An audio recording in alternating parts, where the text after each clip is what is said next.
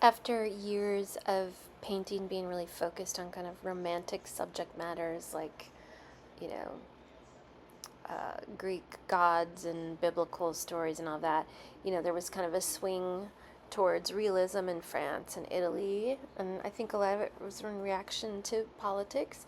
Um, but a lot of that was country kind of lifestyle, you know, washing clothes in the river, riding horses, until the floor planers, this very famous painting happened, which was kind of brought us mundane moments in the urban setting, and it kind of led to kind of just everyday moments being treated, as something worthy of being painted. And then people like Mary Cassatt came along, and she did so many book paintings, so many people reading, sewing with their kids, spending time with their kids, and kind of glorified these real mundane moments. Um, Another painter did this, my favorite painter of women's moods, Ramon Casas. That's like my favorite painting of all time, probably. But yeah, he just took these boring moments of women sewing and being hungover and being bored. I mean, the titles are even like that, like Bored Woman. Um, but yeah, and so he took just literally the most mundane, having breakfast, and treated it as being worthy of painting, of a painting.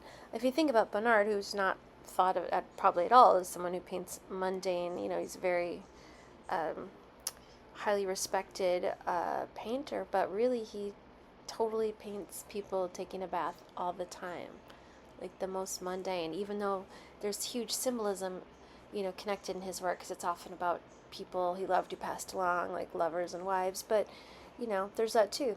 And then to bring to the real, king of capturing everyday mundane moments is Edward Hopper. He just was catching these moments um, from a real voyeur lens. Um, I'm hoping you today or tomorrow will be looking at your phone for images, and instead of looking out at a person's life like Hopper did, I hope you're going to look more internally into your own life, the people directly around you, your own activities, or there's someone like Jacob Lawrence who he was capturing mundane activities like a moment at the chalkboard, playing pool, doing the dishes.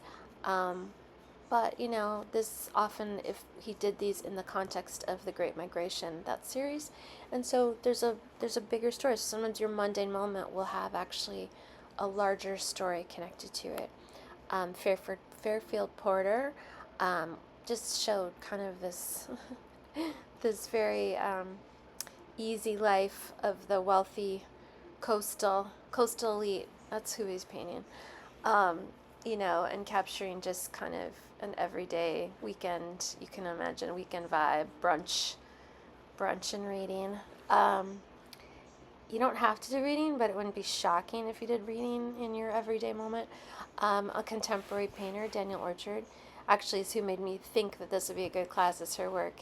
She really just kind of captures the moment, but her moments are often happening in the buff. So she likes to show everyday moments, like taking his shirt off or taking a shower, from these really interesting perspectives. So I hope these are triggering some thought to you, that when you go to your phone to think about what could I paint, there's the details that make it too, like the dirty soles of the feet, the blowing curtain, um, yeah, the cigarettes. It's kind of great. Nicole Eisman often has these kind of almost tweaked kind of moments happening where they look mundane, but then look at the guy in the seat in front of her, and the perspective's fantastic. So maybe you want to play with perspective. I love these of Zenji Yamada.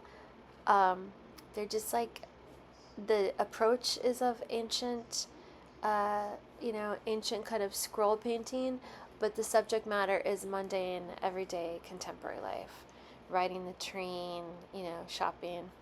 Um, Celeste Dupuy-Spencer also is great. Her approach, like, what a great photo of a super boring, I'm painting of a super boring, moments. I love this painting of getting the baby dressed.